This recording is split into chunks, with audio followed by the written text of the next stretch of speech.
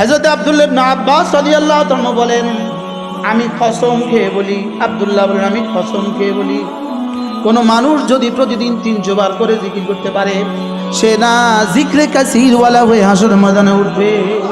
আল্লাহর কসম, আল্লাহ তাআলা যাকে জিকিরের মতো একটা জিহ্বা দিয়ে দিল, তাকে দো জাহানের বাদশাহী বানায় দিল। জিকিরের মতো জিহ্বা যার নসিব হয়ে গেল, দো জাহানের বাদশাহীর চাবি যেন রব তার হাতে তুলে দিল। দো জাহানের সৌভাগ্যের চাবি যেন রব তার হাতে তুলে দিল। জিকির করবে যত রহমত নামবে তত, জিকির করবে যত রহমত নামবে তত। বলেন, জিকির করবে যত রহমত নামবে তত, জিকির করব যত বরকত হবে তত, জিকির করব যত বরকত হবে তত, জিকির করব যত, আমি বলি রিজিকের দুয়ার খুলবে তত, জিকির করব যত রিজিকের দুয়ার খুলবে তত। বান্দার জিকিরের দ্বারা বান্দার জিহ্বা নড়ে, এদিকে জিকিরের দ্বারা বান্দার জিহ্বা নড়ে, ওদিকে রিজিকের দুয়ারে খটখট করে। এখানে এটা নড়ে, ওখানে আরশ আজিমে নড়ে। আপনার নাম ধরে বলেন, নাম ধরে এটা না রাশেদ, এটা না জিকির করে সুবহানাল্লাহ বলেন। এজন্য রাসূল বলেন, আল্লাহুম্মা জাআলনি যাক্কারা, আল্লাহ আমাকে না বেশি বেশি জিকির করনেওয়ালা বানিয়ে দেন। আল্লাহ আমাকে এমন একটা জিহ্বা দিয়ে দেন যেটা না বেশি বেশি জিকির দিয়ে নড়ে। রব যেন বলেন, জিহ্বা তোকে বানিয়েছি বেশি বেশি জিকিরের জন্য, তুই বেশি করতে করতে গিয়ে যদি ব্যথা হয়ে যাস, আমার বন্ধু আর বেশি পারবে না। এজন্য ব্যথাকে বলে দিয়েছে, তুই কখনো আমার বন্ধু জিহ্বাকে স্পর্শ করবি না। হ্যাঁ, জিহ্বাটা নড়লেই লাভ, নড়লেই লাভ, নড়লেই লাভ। আমাদের এক বড় ভাই ছিল, তিনি এখন জেলে আছেন, আল্লাহ তাকে সুস্থতার সাথে নিরাপদে রাখেন। এই বড় ভাই মাঝে মাঝে বলতেন, আমার জিহ্বাকে আমার চুমু খেতে মন চায়, এটা এত লাভ, এত লাভ, এটা নড়লেই হীরা পড়ে, নড়লেই হীরা ঝরে। আপনি এই কিতাব আছে আল ওয়াবিলুস সাইয়্যিদ, বলে এটা না, আপনি এটা পেয়ারা গাছ, এটা যদি নাড়েন এটা থেকে ঝুরঝুর করে পেয়ারা পড়ে। বড়ই গাছ, এটা যদি নাড়েন ঝুরঝুর করে বড়ই পড়ে। আর জিহ্বা যদি নাড়েন ঝুরঝুর করে স্বর্ণের বাড়ি পড়ে।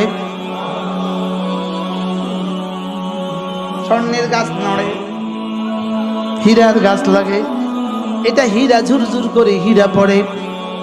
আচ্ছা, যদি আপনার এই জামার মধ্যে পড়তো, যদি নড়ার সঙ্গে সঙ্গে আসমান থেকে ডলার পড়তো, তো আপনি কতবার নাড়তেন? কিন্তু তখন যেটা ঈমান হইতো না, তখন যেটা ইউমিনুনা বিল গায়ব হইতো না, তখন যে আর নেকি হইতো না। এজন্য এটা রেখে দিয়েছেন আখিরাতের জন্য। সুবহানাল্লাহ বলেন। তাহলে নিয়ত করেন, সময় তো কম। এরপরে রাসূল বলেন, কোন মানুষ যদি 5 ওয়াক্ত নামাজের পরে আবার পড়ে, 5 ওয়াক্ত নামাজের পরে আয়াতুল কুরসি পড়ে, কি পড়ে? আবার পড়েন, কি পড়ে? রাসূল বলেন, 5 ওয়াক্ত নামাজের পরে কোন মুসলমান যদি আয়াতুল কুরসি পড়ে, লাম ইয়ামনাহু আন দুখুলিল জান্নাতি ইল্লাল মাউত, মৃত্যু ছাড়া তাকে জান্নাতে যেতে আর কেউ বাধা দিবে না। অর্থাৎ আপনাদের ঢাকার দাউদকান্দির মধ্যে পার্থক্য যেমন একটা নদী, মেঘনা নদীটা পার্থক্য নাকি, গুমতি নদীটা পার্থক্য, ঢাকার দাউদকান্দির মধ্যে পার্থক্য যেমন গুমতি নদী, আপনি আর জান্নাতের মধ্যে পার্থক্য শুধু মৃত্যুর নদী।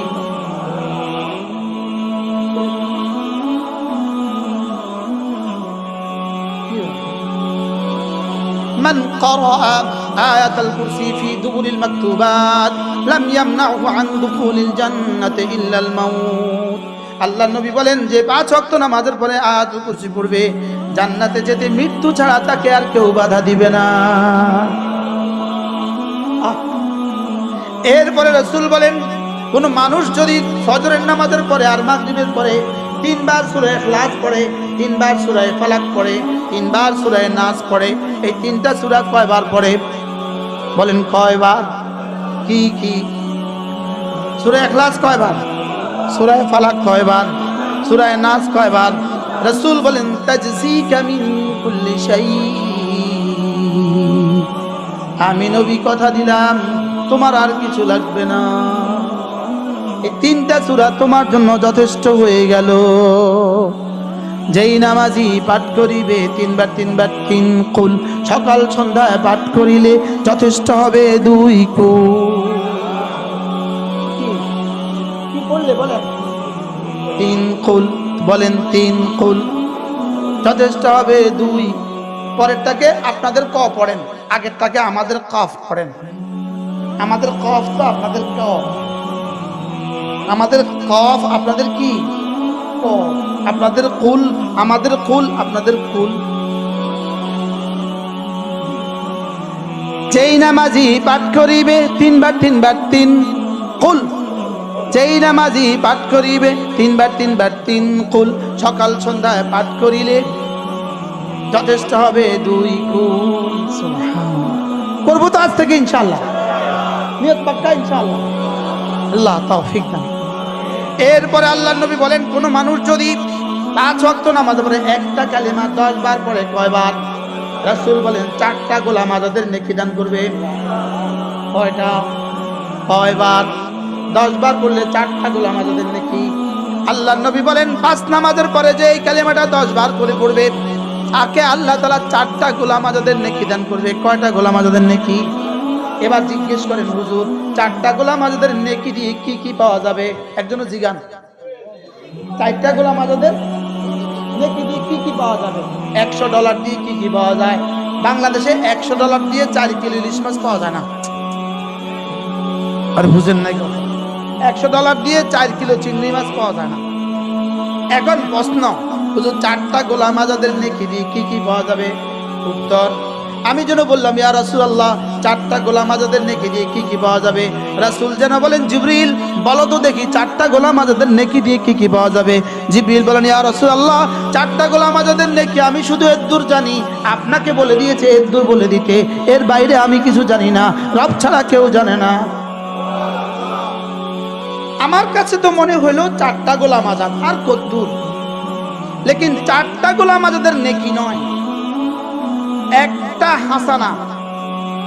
আমেরিকার মুদ্রার নাম ডলার, কুয়েতি মুদ্রার নাম দিনার, বাংলাদেশি মুদ্রার নাম টাকা, জান্নাতের মুদ্রার নাম হাসানা। এই হাসানার সবচেয়ে ছোট কয়েন যেটা আছে, কি বলতো বুঝুন, হাসানার সবচেয়ে ছোট মুদ্রা যেটা আছে, এটার 1 জাররা, এটার 1 জাররা দিয়ে 10 দুনিয়া বরাবর জান্নাত কিনা হবে। কে আপনাকে আর আমাকে কে বুঝাবে? কে? ইয়ালামুনা যাহিরাম মিনাল হায়াতিদ দুনিয়া ওয়া হুম আনিল আখিরাতি হুম গাফিলুন। হায় বুঝি নাই যে, এটাও বুঝি নাই, আমি বুঝি নাই। আমি আল্লাহর কসম, যদি বুঝতাম এখানে আসার টাইম আমার হইতো না। যদি বুঝতাম তো দাউদকান্দি আসার টাইম আমার হতো না। বুঝেন না? যদি বুঝতাম এটা নিয়ে পড়ে থাকতাম জীবনে। ওলামায়ে কেরাম কি বুঝছেন, আমি কি বলছি?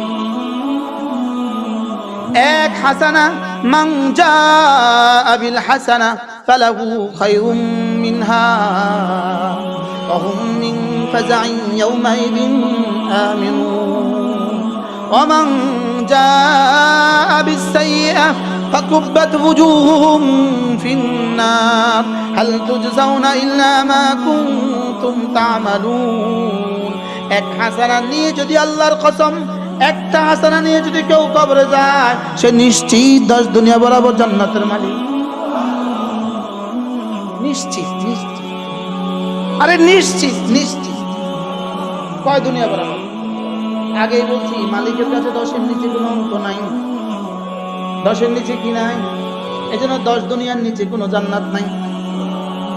10 দুনিয়ার জন আল্লাহ রাসূল বলেন, আখিরু মান উখরিজা মিনান নার, সর্বশেষ যাকে জাহান্নাম থেকে বের করা হবে, সর্বশেষ যাকে জাহান্নাম থেকে বের করা হবে, আগুনে পুড়ে কয়লা হয়ে যাবে, কঙ্কাল হয়ে যাবে। ওয়া উখরিকা ফি মাইল হায়া, আল্লাহ তাআলা তাকে আবে হায়াতের মধ্যে চুবাবেন। এটা কি আল্লাহই জানে। এবার ফাসারা, সে আগের মতো মানুষ রূপান্তরিত হবে। এবার আল্লাহ তাআলা বলবেন ইযহাব ইলাল জান্নাহ, যাও জান্নাতের দিকে যাও। বলুন তো দেখি এই মানুষটা কি পরিমাণ জোরে দৌড় দিবে জান্নাতের দিকে। জান্নাতের দুয়ারে গিয়ে বলবে কাদ মালা ইয়া রাব্বি, জান্নাত তো ভরে গেছে, আমি তো দেখছি না কিছু, আমি তো কোনো সিট খালি পাচ্ছি না, জান্নাত তো ভরে গেছে। আল্লাহ বলবেন ইযহাব, আবার যাও, আবার বলবে কাদ মালা ইয়া রাব্বি, আবার যাও, আবার বলবে কাদ মালা ইয়া রাব্বি। এবার আল্লাহকে বলবে সে, আল্লাহ কোনো তো জায়গা নাই, আমি কোথায় যাব?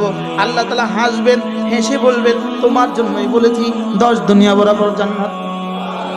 লা তাবদীলা লিকালিমাতিল্লাহ, আমি যেটা বলি এটার কোনো ব্যত্যয় হয় না, আমি যেটা বলি এটার কোনো কি হয় না, এটার কোনো খেলাফ হয় না। সুবহানাল্লাহ বলে আমি তোমার জন্যই আমার রাসূলের জবানে বলেছি আখিরু মান মাতা, যে সর্বশেষ ঈমানওয়ালা যে মারা যাবে তার জন্য 10টা দুনিয়া বরাবর জান্নাত দিব। আর অথচ 4 গোলাম আজাদের নেকির কথা শুনলেও আমাদের কাছে তেমন কিছু নড়ে না। বাস্তব উহুদ পরিবারের কথা শুনলেও তো আমাদের নড়ে না। যদি বলে আসমান আর জমিন ভরে দিবে তবুও তো নড়ে না, কি তবুও তো কি করে না। আল্লামা তাকি উসমানী দামাত বারাকাতুহু বলেন একবার সুবহানাল্লাহ পড়লে যদি 1 টাকা দিত তাইলে কয়বার পড়তাম? যদি একবার সুবহানাল্লাহ পড়লে 1 টাকা দিত, এদেশে আর কেউ দুর্নীতি করতো না। দরকার আছে আর দুর্নীতি করা। لا إله إلا الله وحده لا شريك له وحده لا شريك له له الملك وله الحمد وهو على كل شيء قدير। সহজ না কঠিন? কয়বার? সবাই বলেন 10 বার। কয়বার? আরো জোরে সবাই বলেন। এত লাভের কথা 3 বার না স্লোগান দিচ্ছি আমি, কি 70 বার দিচ্ছি? মন্ত্রী মার্কা স্লোগান তো কদিন পরে দিবেন? 70,000 বার দিবেন না? দিবেন না বলেন? আবার দিব মন্ত্রী মার্কা স্লোগান, আবার এখানে ওয়ার্ডের মেম্বার মন্ত্রী মার্কা কে না জানে, কিন্তু এটারে শতবার কয়, কোটি কোটি বার বলে। বাস্তব না বাস্তব? এই জাতি আর দিবে না ইনশাআল্লাহ, এই লুটেরা আর ডাকাতদেরকে আর ভোট দিবে না ইনশাআল্লাহ। কিসের উপরে জি বলছেন বুঝাই কর নাই? বলেন লুটেরা, বলেন লুটেরা আর ডাকাতদেরকে এ জাতি আর ভোট দিবে না ইনশাআল্লাহ। ইনশাআল্লাহ বলেন ইনশাআল্লাহ। তাদেরকে আর ভোট দিবে না বলেন? জীবন নাশকার লুটেরা ডাকাত, বলেন ডাকাত ডাকাত। কি এজন্য একটা মজার বিষয় হলো 5ই আগস্ট রব বাছাই করেছেন। 5ই আগস্ট 5 তারিখটা কেন বাছাই করলেন? এর আগে একটা 5-এর ইতিহাস ছিল, 5ই মে একটা ছিল, 5 মে একটা রক্তাক্ত ইতিহাস ছিল। ওই রক্তাক্ত ইতিহাসের জবাবে 5ই আগস্ট রব রচনা করেছেন। আর দাওয়াত দিত না,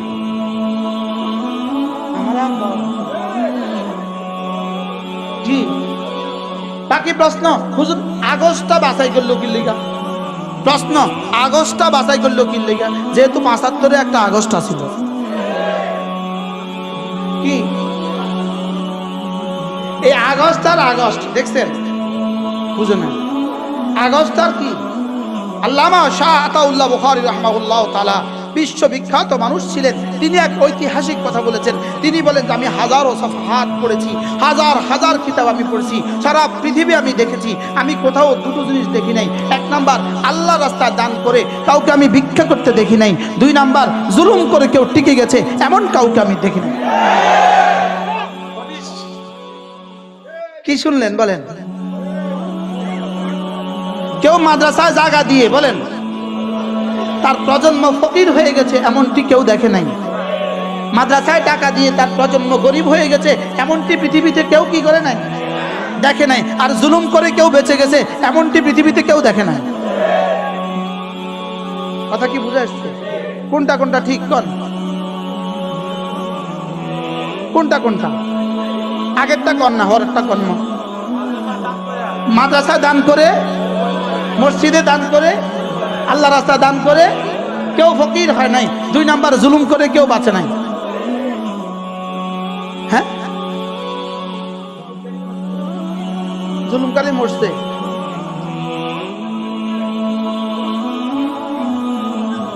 আমরা দুষ্টমির ছলে বলতাম, আমরা দুষ্টমি করতাম এতদিন, যুগ যুগ ধরে 16 বছর ধরে আমরা দুষ্টমির ছলে বলতাম বাংলা সাইরা ভারত যা, বাংলা সাইরা ভারত যা। আল্লাহ যা আমাদের এই দুষ্টমির বাক্যটা এভাবে কবুল করবেন এটা তো ধারণা ছিল না।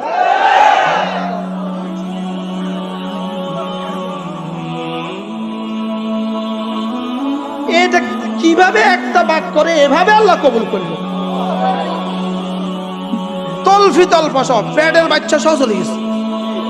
যেটা ফিটে ছিল সেটাও গেছে, যেটা পেটে আসছিল সেটাও গেছে। পেটেরটাও পিঠেরটাও কিয়ামত পর্যন্ত আর ফিরবে না ইনশাআল্লাহ। বলেন না ইনশাআল্লাহ, বলেন ইনশাআল্লাহ, বলেন কিয়ামত পর্যন্ত আর ফিরবে না। পৃথিবীতে 88 জন রাষ্ট্রনায়ক, 88 জন রাষ্ট্রনায়ক পৃথিবী থেকে এই পর্যন্ত পলায়ন করেছে, শেষ পর্যন্ত তাদের লাশ তাদের দেশে আর দাফন হয় না।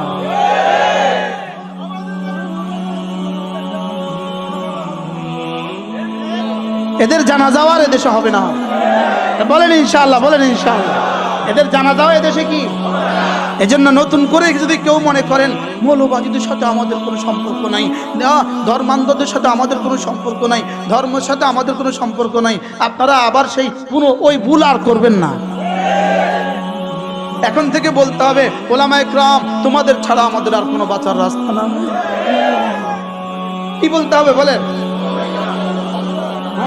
ওলামায়ে কেরামকে উপেক্ষা করে কেউ আগামী সংসদ গড়বেন, এটা হবে না, হবে না, হবে না ইনশাআল্লাহ। বলেন ওলামায়ে কেরামকে মাইনাস করে কেউ স্বপ্ন দেখবেন, এটা হবে না ইনশাআল্লাহ। বলেন না ইনশাআল্লাহ। আল্লাহ এই মাদ্রাসাখানাকে কবুল ফরমায়। হ্যাঁ মেরে ভাই, হায় হায় হায় হায়, নিজেও বুঝি নেই, আপনাদেরকেও বুঝাইতে পারি। তাহলে এই আমলগুলো করবো তো ইনশাআল্লাহ। আজ থেকে 5 ওয়াক্ত নামাজ জামাতের সাথে পড়ব। বলেন ইনশাআল্লাহ। 3 দলের সাথে যোগাযোগ রাখবেন। 1 নম্বরে মাদ্রাসা, 2 নম্বরে মসজিদ, 3 নম্বরে হক্কানি রব্বানি আল্লাহওয়ালা। মাদ্রাসার সাথে যোগাযোগ রাখবেন, তাবলীগের সাথে যোগাযোগ রাখবেন, হক্কানি রব্বানি আল্লাহওয়ালাদের সাথে কি রাখবেন বলেন? যোগাযোগ রাখবেন। আবার বলেন হক্কানি রব্বানি আল্লাহওয়ালাদের সাথে কি রাখবেন? যোগাযোগ রাখবেন। যদি কেউ বলে আকীদা আবার কি, তারা কেবেন তোমাদের আর আমাদের দরকার নাই। বুঝেন না? যদি কি কয় কম বলে আকীদা আবার কি, একজনে নতুন করে নতুন সুদ তুলছে, আকীদা আবার কি, আকীদা আবার কি, আকীদা কোরআন হাদিসে নাই, আকীদা শব্দ কোরআন শরীফে নাই, নামাজ কোরআন শরীফে নাই, রোজা কোরআন শরীফে নাই। বিশ্বাস হয় না? বলেন নামাজ কোরআন শরীফে নাই, দেখেন আপনি পারলে